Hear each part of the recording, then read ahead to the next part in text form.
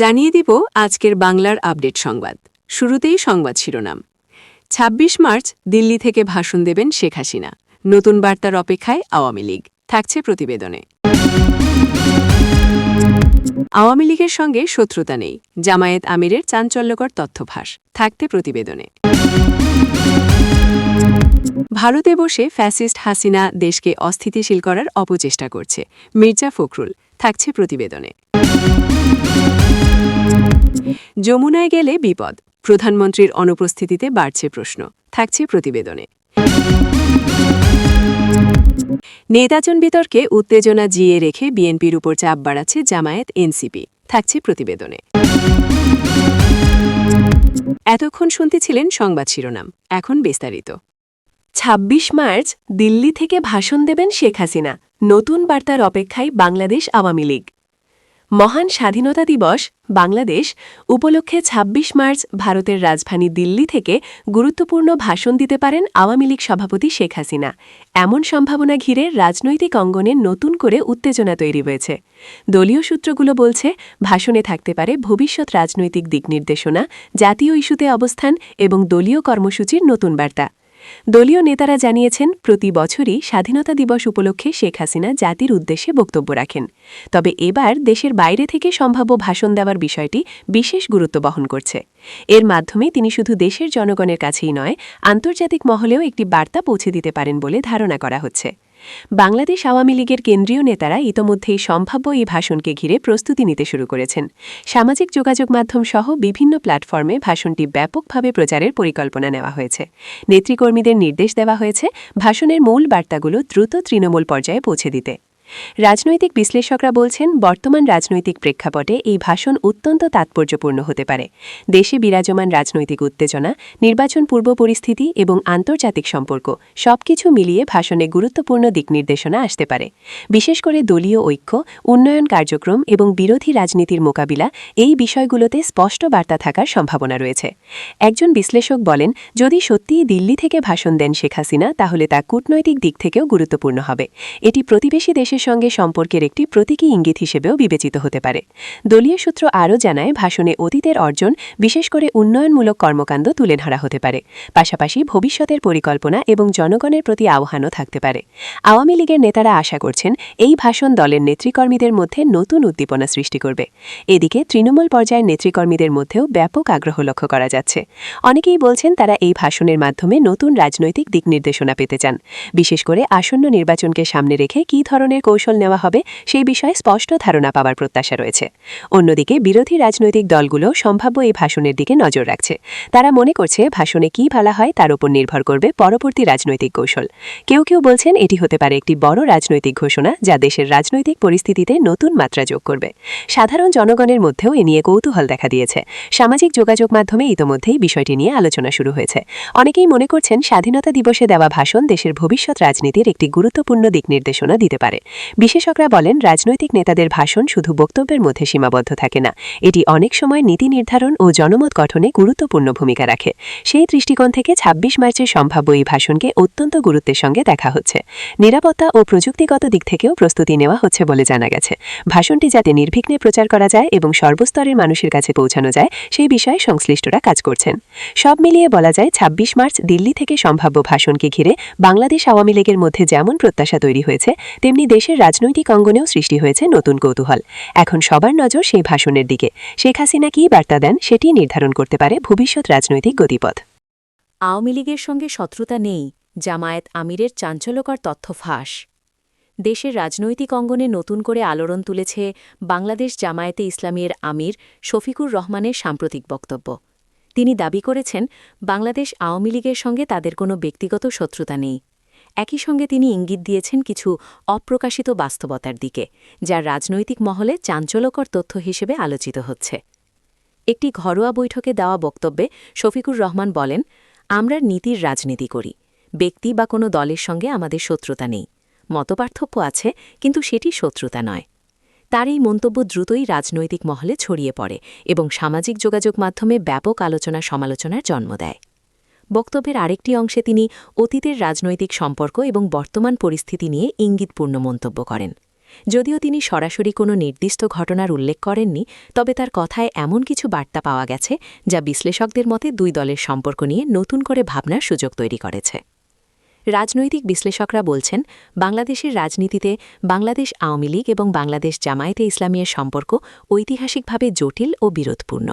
স্বাধীনতার পর থেকে বিভিন্ন সময় আদর্শগত দ্বন্দ্ব, রাজনৈতিক অবস্থান এবং অতীতের ঘটনাবলীর কারণে দুই দলের মধ্যে তীব্র দূরত্ব তৈরি হয়েছে। সেই প্রেক্ষাপটে এমন বক্তব্যকে তারা গুরুত্বপূর্ণ বলে মনে করছেন। একজন রাজনৈতিক বিশ্লেষক বলেন, এটি সরাসরি কোনো জোটের ইঙ্গিত না হলেও রাজনৈতিক ভাষায় এটি ডোর ওপেনিং স্টেটমেন্ট হিসেবে দেখা যেতে পারে, অর্থাৎ ভবিষ্যতে কোনো ধরনের সমঝোতার সম্ভাবনা পুরোপুরি নাকচ করা হচ্ছে না। অন্যদিকে বাংলাদেশ আওয়ামী লীগের পক্ষ থেকে এখনও আনুষ্ঠানিক প্রতিক্রিয়া না এলেও দলটির ঘনিষ্ঠ সূত্রগুলো বিষয়টি সতর্কতার সঙ্গে পর্যবেক্ষণ করছে বলে জানা গেছে। অতীতের রাজনৈতিক অভিজ্ঞতা বিবেচনায় তারা বিষয়টি নিয়ে তাৎক্ষণিক কোনো মন্তব্য করতে চাইছে না। বিরোধী রাজনৈতিক দলগুলো এই বক্তব্যকে বিভিন্নভাবে ব্যাখ্যা করছে। কেউ বলছে এটি একটি কৌশলগত অবস্থান, যার মাধ্যমে নিজেদের রাজনৈতিক অবস্থানকে নমনীয় হিসেবে উপস্থাপন করা হচ্ছে। আবার কেউ মনে করছে এটি দেশের রাজনীতিতে নতুন সমীকরণের পূর্বাভাস হতে পারে। সাধারণ জনগণের মধ্যেও এ নিয়ে মিশ্র প্রতিক্রিয়া দেখা যাচ্ছে। কেউ এটিকে ইতিবাচক হিসেবে দেখছেন, কারণ তারা মনে করেন রাজনৈতিক দলগুলোর মধ্যে সহনশীলতা ও পারস্পরিক সম্মান বাড়লে তা দেশের জন্য ভালো। অন্যদিকে অনেকে সন্দিহান, তাদের মতে এটি কেবল রাজনৈতিক সুবিধা নেয়ার একটি কৌশল হতে পারে। রাজনৈতিক পর্যবেক্ষকদের মতে বর্তমান রাজনৈতিক বাস্তবতায় বিভিন্ন দল নিজেদের অবস্থান পুনর্বিন্যাস করছে। আন্তর্জাতিক প্রেক্ষাপট, অর্থনৈতিক পরিস্থিতি এবং আসন্ন নির্বাচন সবকিছু মিলিয়ে দলগুলো নতুন করে কৌশল নির্ধারণ করছে। সেই ধারাবাহিকতায় এমন বক্তব্য আসা অস্বাভাবিক নয়। এদিকে শফিকুর রহমানের বক্তব্যের পর বাংলাদেশ জামায়াতে ইসলামীর ভেতরেও আলোচনা শুরু হয়েছে। অনেক নেতা এটিকে একটি সফট পজিশনিং হিসেবে দেখছেন, যার মাধ্যমে দলটি ভবিষ্যতে সম্ভাব্য রাজনৈতিক সমীকরণে নিজেদের জায়গা তৈরি করতে যাচ্ছে। বিশেষজ্ঞরা বলছেন, রাজনৈতিক বক্তব্যের মধ্যে অনেক সময় সরাসরি না বলা কিছু বার্তা লুকিয়ে থাকে। সেই দৃষ্টিকোণ থেকে এই বক্তব্যকে বিশ্লেষণ করলে বোঝা যায় এটি শুধু একটি সাধারণ মন্তব্য নয়, বরং এর মধ্যে রয়েছে গভীর রাজনৈতিক তাৎপর্য। সব মিলিয়ে বলা যায়, আওয়ামী লীগের সঙ্গে শত্রুতা নেই, এই বক্তব্যটি দেশের রাজনৈতিক অঙ্গনে নতুন করে আলোচনা সৃষ্টি করেছে। শফিকুর রহমানের কথিত চাঞ্চল্যকর তথ্য ফাঁস বিষয়টি এখনও পুরোপুরি স্পষ্ট না হলেও এটি রাজনৈতিক মহলে কৌতূহল বাড়িয়েছে। এখন দেখার বিষয়, এই বক্তব্যের পর বাস্তবে কোনো রাজনৈতিক পরিবর্তন ঘটে কিনা, নাকি এটি কেবল কৌশলগত বার্তা হিসেবেই সীমাবদ্ধ থাকে। তবে একটি বিষয় নিশ্চিত, এটি দেশের রাজনীতিতে নতুন করে বিতর্ক ও আলোচনার জন্ম দিয়েছে এবং ভবিষ্যতের রাজনৈতিক সমীকরণে এর প্রভাব পড়তে পারে বলে মনে করছেন সংশ্লিষ্টরা। যমুনায় গেলে বিপদ, প্রধানমন্ত্রীর অনুপস্থিতিতে বাড়ছে প্রশ্ন। রাজধানীর অন্যতম গুরুত্বপূর্ণ রাজনৈতিক কেন্দ্র যমুনাকে ঘিরে নতুন করে আলোচনা সমালোচনার ঝড় উঠেছে। প্রধানমন্ত্রী শেখ হাসিনার অনুপস্থিতি এবং এই এলাকায় তার না যাওয়ার বিষয়টি রাজনৈতিক অঙ্গনে নানা প্রশ্নের জন্ম দিয়েছে।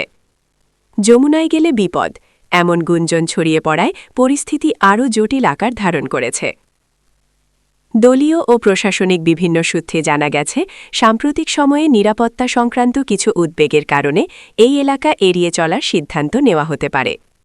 যদিও এ বিষয়ে আনুষ্ঠানিকভাবে কোনো বক্তব্য দেওয়া হয়নি, তবু অভ্যন্তরীণ পর্যায়ে নিরাপত্তা বিশ্লেষণ চলছে বলে জানা গেছে। আইনশৃঙ্খলা বাহিনী পরিস্থিতি পর্যবেক্ষণে রেখেছে এবং প্রয়োজনীয় ব্যবস্থা গ্রহণের কথা জানিয়েছে। অন্যদিকে রাজনৈতিক বিশ্লেষকদের একটি বড় অংশ মনে করছেন, এটি শুধুমাত্র নিরাপত্তা ইস্যু নয়, বরং এর পেছনে থাকতে পারে একটি সুপরিকল্পিত রাজনৈতিক কৌশল। তাদের মতে, গুরুত্বপূর্ণ একটি স্থানে অনুপস্থিতি অনেক সময় একটি প্রতীকী বার্তা বহন করে। বিশেষ করে বর্তমান রাজনৈতিক প্রেক্ষাপটে এমন পদক্ষেপ জনমনে কৌতূহল তৈরি করে এবং আলোচনার কেন্দ্রবিন্দুতে নিয়ে আসে। শেখ হাসিনার অনুপস্থিতি নিয়ে আওয়ামী লীগের ভেতরেও বিভিন্ন ধরনের প্রতিক্রিয়া দেখা যাচ্ছে। কেউ বলছেন এটি সাময়িক এবং কৌশলগত সিদ্ধান্ত, আবার কেউ মনে করছেন পরিস্থিতি বিবেচনায় এটি একটি প্রয়োজনীয় পদক্ষেপ। তবে দলীয় নেতারা প্রকাশ্যে এ বিষয়ে খুব বেশি মন্তব্য করতে চান না। রাজনৈতিক পর্যবেক্ষকরা বলছেন, বাংলাদেশের রাজনীতিতে প্রতীকী স্থানগুলোর গুরুত্ব অনেক। যমুনা এমন একটি জায়গা যেখানে উপস্থিতি বা অনুপস্থিতি দুটিই রাজনৈতিক বার্তা হিসেবে বিবেচিত হয়। সেই দৃষ্টিকোণ থেকে প্রধানমন্ত্রীর না যাওয়া একটি গুরুত্বপূর্ণ ইঙ্গিত বহন করতে পারে। এদিকে বিরোধী রাজনৈতিক দলগুলো বিষয়টিকে ভিন্নভাবে দেখছে। তাদের দাবি এটি সরকারের ভেতরের অস্থিরতার প্রতিফলন হতে পারে। কেউ কেউ বলছেন, যদি পরিস্থিতি স্বাভাবিক থাকে তাহলে এমন এড়িয়ে চলার প্রয়োজন হওয়ার কথা নয়। ফলে তারা এই ঘটনাকে রাজনৈতিক দুর্বলতার ইঙ্গিত হিসেবেও তুলে ধরছেন। সাধারণ জনগণের মধ্যেও এ নিয়ে মিশ্র প্রতিক্রিয়া লক্ষ্য করা যাচ্ছে। কেউ বলছেন নিরাপত্তা ঝুঁকি থাকলে সতর্ক থাকা স্বাভাবিক। আবার কেউ মনে করছেন এ ধরনের পরিস্থিতি জনমনে অনিশ্চয়তা তৈরি করে, যা রাজনৈতিক স্থিতিশীলতার জন্য ভালো নয়। আইনশৃঙ্খলা বাহিনীর কর্মকর্তারা বলছেন, রাজধানীর গুরুত্বপূর্ণ স্থাপনাগুলোতে নিরাপত্তা ব্যবস্থা জোরদার করা হয়েছে এবং কোনো ধরনের ঝুঁকি থাকলে তা মোকাবিলায় তারা প্রস্তুত। তবে নির্দিষ্ট করে কোনো হুমকির কথা তারা প্রকাশ্যে স্বীকার করেননি। এতে করে গুঞ্জন আরও বাড়ছে। বিশেষজ্ঞরা বলছেন, রাজনৈতিক বাস্তবতায় অনেক সময় নেতাদের সিদ্ধান্ত কেবল তাৎক্ষণিক পরিস্থিতির ওপর নির্ভর করে না, বরং ভবিষ্যৎ কৌশলের অংশ হিসেবেও নেওয়া হয়। সেই দৃষ্টিকোণ থেকে শেখ হাসিনার এই অবস্থানকে একটি বৃহত্তর পরিকল্পনার অংশ হিসেবে দেখা যেতে পারে। সব মিলিয়ে বলা যায়, যমুনায় গেলে বিপদ, এই গুঞ্জন সত্য কিনা তা এখনও স্পষ্ট নয়। তবে প্রধানমন্ত্রীর অনুপস্থিতি যে রাজনৈতিক অঙ্গনে নতুন প্রশ্নের জন্ম দিয়েছে তা অস্বীকার করার সুযোগ নেই। এখন সবার নজর পরবর্তী সময়ে কী পদক্ষেপ নেওয়া হয় এবং এই পরিস্থিতি কোন দিকে মোড় নেয়। নির্বাচন বিতর্কে উত্তেজনা জিয়ে রেখে বিএনপির ওপর চাপ বাড়াচ্ছে জামায়াত এনসিপি। দেশের রাজনৈতিক অঙ্গনে নির্বাচনকে ঘিরে বাড়তে থাকা বিতর্কের মধ্যে নতুন সমীকরণ তৈরি হয়েছে। বাংলাদেশ জাতীয়তাবাদী দল বিএনপির ওপর ক্রমেই চাপ বাড়াচ্ছে বাংলাদেশ জামায়াতে ইসলামী এবং আলোচনায় থাকা নতুন প্ল্যাটফর্ম এনসিপি। নির্বাচনী কৌশল, আন্দোলনের ধরন এবং রাজনৈতিক অবস্থান নিয়ে এই চাপ এখন স্পষ্টভাবে দৃশ্যমান বলে মনে করছেন বিশ্লেষকরা। দলীয় ও রাজনৈতিক সূত্রগুলো বলছে, নির্বাচন পদ্ধতি, তত্ত্বাবধায়ক সরকারের দাবি এবং অংশগ্রহণের প্রশ্নে এখনও চূড়ান্ত অবস্থান নির্ধারণ করতে পারেনি বাংলাদেশ জাতীয়তাবাদী দল বিএনপি। এই সুযোগে বাংলাদেশ জামায়াতে ইসলামী এবং এনসিপি নিজেদের অবস্থান আরও জোরালোভাবে তুলে ধরছে, যা বিএনপির ওপর বাড়তি চাপ সৃষ্টি করছে। রাজনৈতিক বিশ্লেষকদের মতে, জামায়াত ও এনসিপি চাইছে আন্দোলনের ধারাকে আরও তীব্র করতে এবং বিএনপিকে একটি স্পষ্ট ও কঠোর অবস্থানে যেতে বাধ্য করতে। তারা মনে করছে, বর্তমান পরিস্থিতিতে নমনীয় অবস্থান নিলে রাজনৈতিকভাবে পিছিয়ে পড়ার ঝুঁকি রয়েছে। ফলে তারা বিভিন্ন কর্মসূচি ও বক্তব্যের মাধ্যমে উত্তেজনা ধরে রাখার চেষ্টা করছে। বাংলাদেশ জামায়াতে ইসলামীর শীর্ষ নেতারা সাম্প্রতিক বক্তব্যে নির্বাচন ব্যবস্থার সংস্কার এবং নিরপেক্ষ পরিবেশ নিশ্চিত করার ওপর জোর দিচ্ছেন। একই সঙ্গে তারা ইঙ্গিত দিচ্ছেন যে এই দাবিগুলো পূরণ না হলে কঠোর কর্মসূচির দিকেও যেতে পারেন। তাদের এই অবস্থান বাংলাদেশ জাতীয়তাবাদী দল বিএনপিকে সিদ্ধান্ত নিতে আরও চাপে ফেলছে। অন্যদিকে এনসিপির নিজস্ব রাজনৈতিক অবস্থান জোরদার করার পাশাপাশি বৃহত্তর বিরোধী ঐক্যের প্রশ্নেও সক্রিয় ভূমিকা রাখতে চাচ্ছে। তারা বিভিন্ন সভা সমাবেশে নির্বাচনী ব্যবস্থার সংস্কার, গণতান্ত্রিক অধিকার এবং রাজনৈতিক সহনশীলতার বিষয়গুলো তুলে ধরছে। এতে করে রাজনৈতিক মাঠে তাদের উপস্থিতি ক্রমেই দৃশ্যমান হচ্ছে।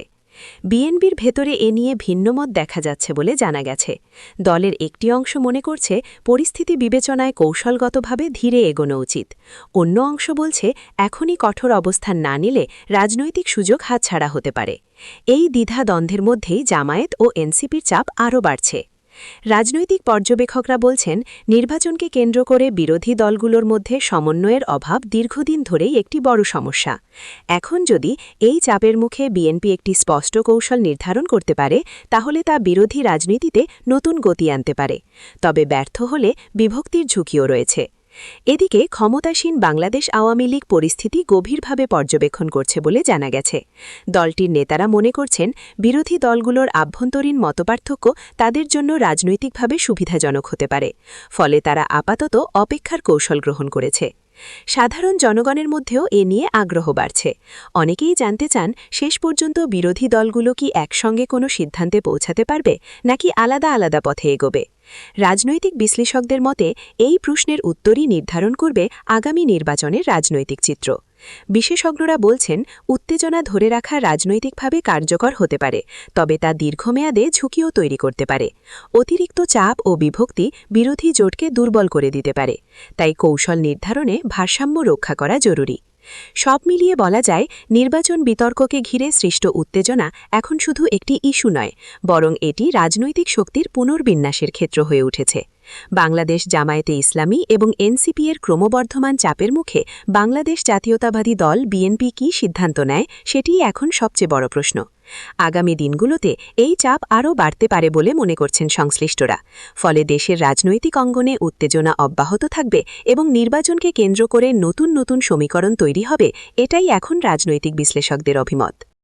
ভারতে বসে ফ্যাসিস্ট হাসিনা দেশকে অস্থিতিশীল করার অপচেষ্টা করছে, মির্জা ফখরুল। স্থানীয় সরকার মন্ত্রী ও বিএনপি মহাসচিব মির্জা ফখরুল ইসলাম আলমগীর বলেছেন, ফ্যাসিস্ট শেখ হাসিনা ভারতে পালিয়ে গেছে, কিন্তু সেখানে বসে দেশকে অস্থিতিশীল করার অপচেষ্টা করছে, যা রীতিমতো ফৌজদারি অপরাধ। রোববার ৮ মার্চ আন্তর্জাতিক নারী দিবস উপলক্ষে আগারগাঁওয়ে বাংলাদেশ ফিল্ম আর্কাইভ মিলনায়তনে মায়ের ডাক প্রামাণ্য চলচ্চিত্রের উদ্বোধনী অনুষ্ঠানে তিনি এসব কথা বলেন। মির্জা ফখরুল বলেন, গত ১.৫ দশকে ফ্যাসিস্ট শেখ হাসিনা অসংখ্য পরিবারকে নিঃস্ব করেছে, শত শত মানুষকে গুম ও খুন করা হয়েছে, কিন্তু তার মধ্যে বিন্দুমাত্র অনুশোচনা দেখা যায়নি। গুম ও খুনের চেয়েও বড় ভয়াবহ বাস্তবতা হল ফ্যাসিস্ট শেখ হাসিনার এ নিয়ে কোনো অনুশোচনা নেই। স্থানীয় সরকার মন্ত্রী বলেন, গুম ও খুনের শিকার পরিবারগুলোকে রাষ্ট্রীয় কাঠামোর আওতায় সহায়তা দেওয়ার বিষয়ে সরকার আন্তরিক।